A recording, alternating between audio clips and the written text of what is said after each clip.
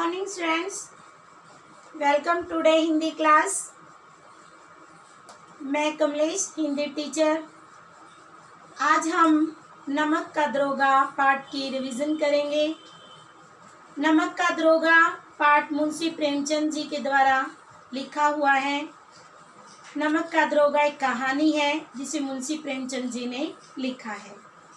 मुंशी प्रेमचंद जी हिंदी साहित्य में एक जादुई छड़ी का काम करते हैं. इनका जन्म 1880 में वाराणसी के लम्ही गांव में हुआ था. वाराणसी के लम्ही गांव में हुआ था. इनका मूल नाम धनपत राय. इनके पिता का नाम अजायब लाल था. इनकी माता का नाम आनंदी देवी और इनकी मृत्यु 1936 में हुई थी. इनकी प्रारंभिक शिक्षा गांव में ही हुई थी. परिवार गरीबी के दौर से गुजर रहा था. आर्थिक कारणों के कारण बीए तक की परीक्षा करने के बाद अध्यापन के कार्य में लग गए. अध्यापन करने के बाद ये महात्मा गांधी के संपर्क में आए. वहां से इन्होंने स्वतंत्र लेखन का कार्य शुरू कर दिया. स्वतंत्र लेखन के कार्य में इन्होंने काफ़ी विधाएं रची. इनकी रचनाएं हैं रंगभूमि, क्रमभूमि, गोदान, सेवा सदन आदि. प्रेमाश्रम, सेवा सदन, गोदान में इन्होंने शोषित और शोषित दोनों वर्गों का वर्णन किया है. गांव के शहरी जीवन को छोड़कर गांव के जीवन का चित्रण इन्होंने किया है. इन्होंने 300 से अधिक कहानियां लिखी थी. इनकी पहली कहानी है संसार का सबसे अनमोल रतन. इन्होंने एक कहानी लिखी थी. इनकी साहित्यिक विशेषता क्या है कि इन्होंने साहित्य में शोषित और शोषित दोनों वर्गों का वर्णन किया है. वेश्यावृत्ति की समस्या का समाधान इन्होंने बताया था. इनकी ये साहित्य की विशेषताएं रही हैं. तो एक बार देखेंगे प्रेमचंद का जीवन परिचय.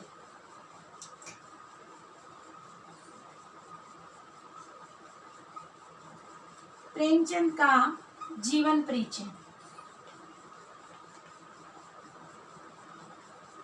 इनका जन्म 1880 में लम्ही गांव में हुआ था, वाराणसी के.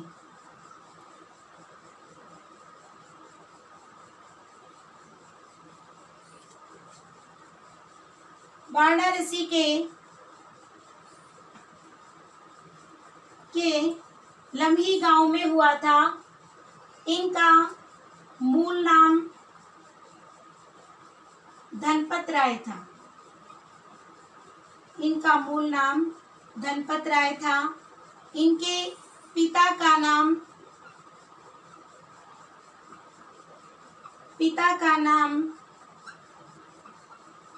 अजायब बाबू था. इनकी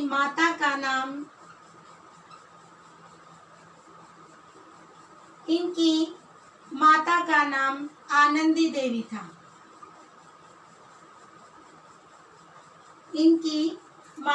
नाम आनंदी देवी था. इन्होंने साहित्य में इनकी प्रारंभिक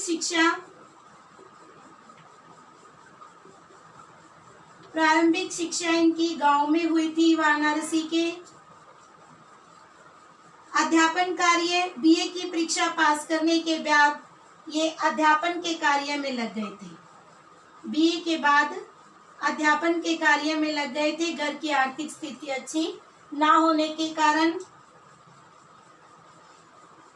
उसके बाद इनकी रचनाएं देखेंगे. रंगभूमि,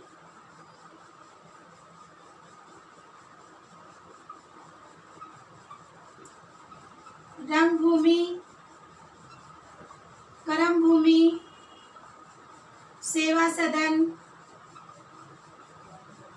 गबन, गोदान।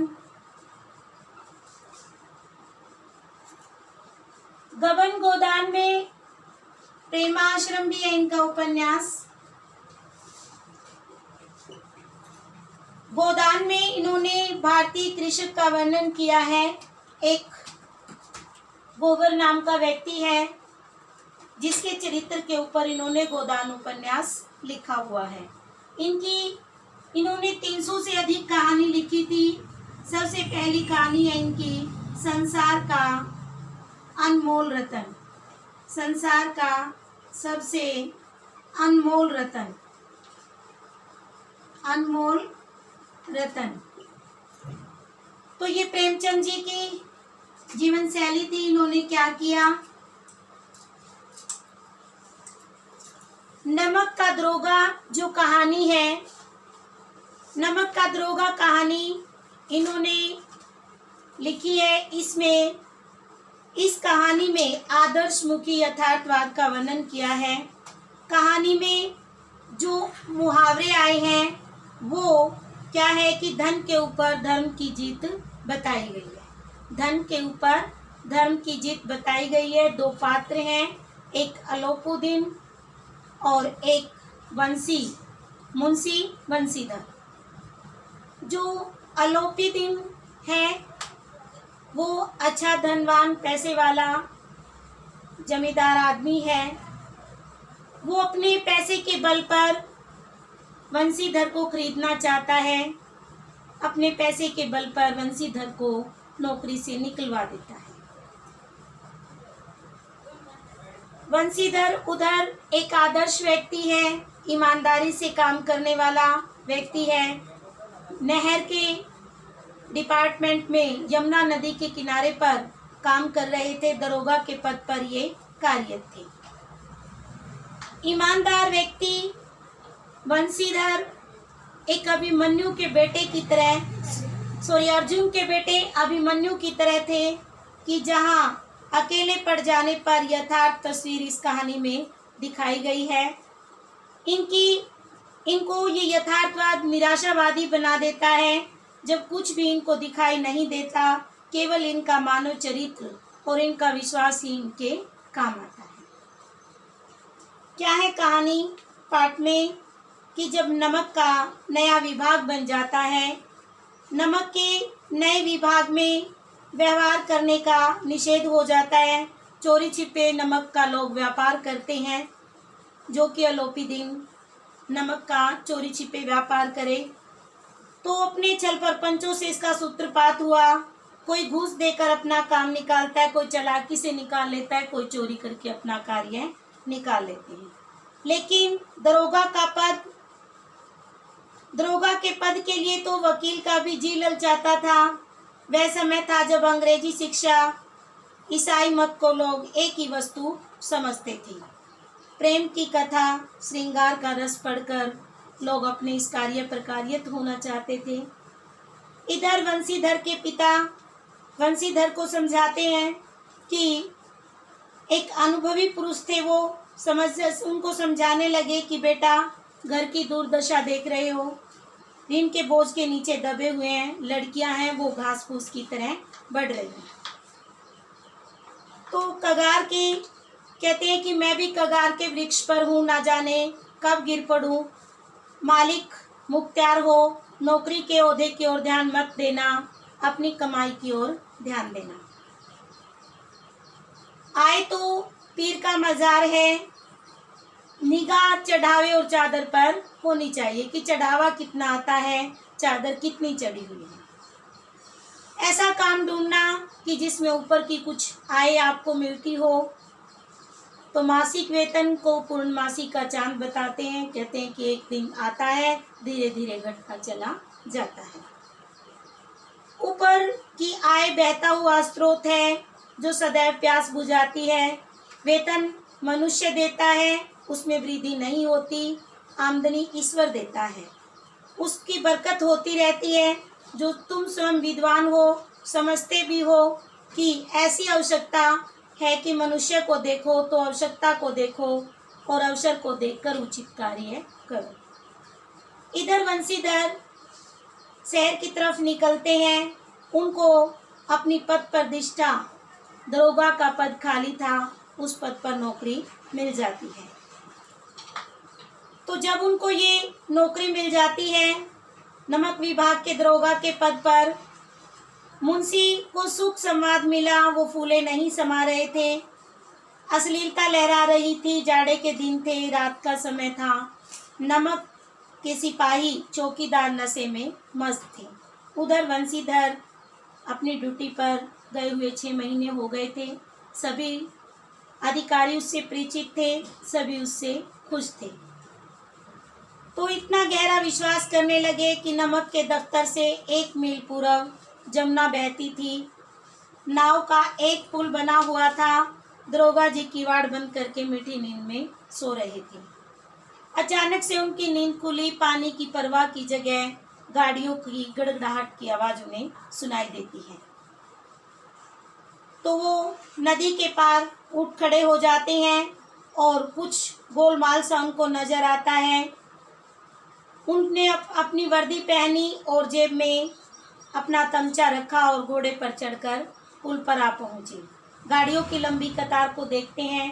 उन्होंने डांट कर पूछा कि ये गाड़ियां किसकी हैं। तो थोड़ी देर सन्नाटा रहा। आदमियों ने कुछ कानाफूसी की। पंडित ने कहा कि मैं हूँ अलोपीदीन। तो इस पाठ में अलोपीदीन कौन है? अलोपीदीन कौन है?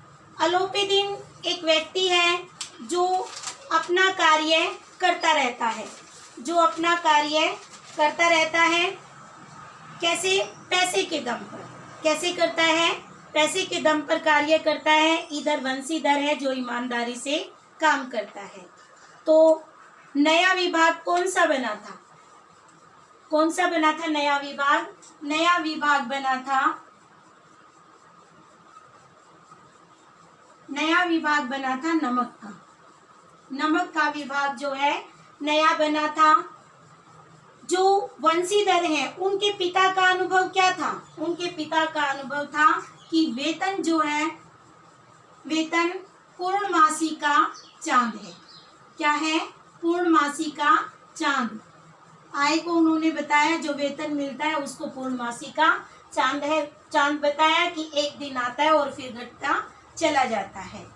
इधर वंशीधर जब संसार की इस यात्रा पर निकलते हैं तो वो धैर्य क्या है? उनका मित्र बनता है। जब नौकरी की तलाश में वो निकलते हैं तो धैर्य उनका मित्र होता है। बुद्धि उनकी पथ प्रदर्शक होती है। बुद्धि क्या होती है? उनकी पथ प्रदर्शक होती है। बुद्धि उनकी पथ प्रदर्शक होती है। उधर आत्मालंबन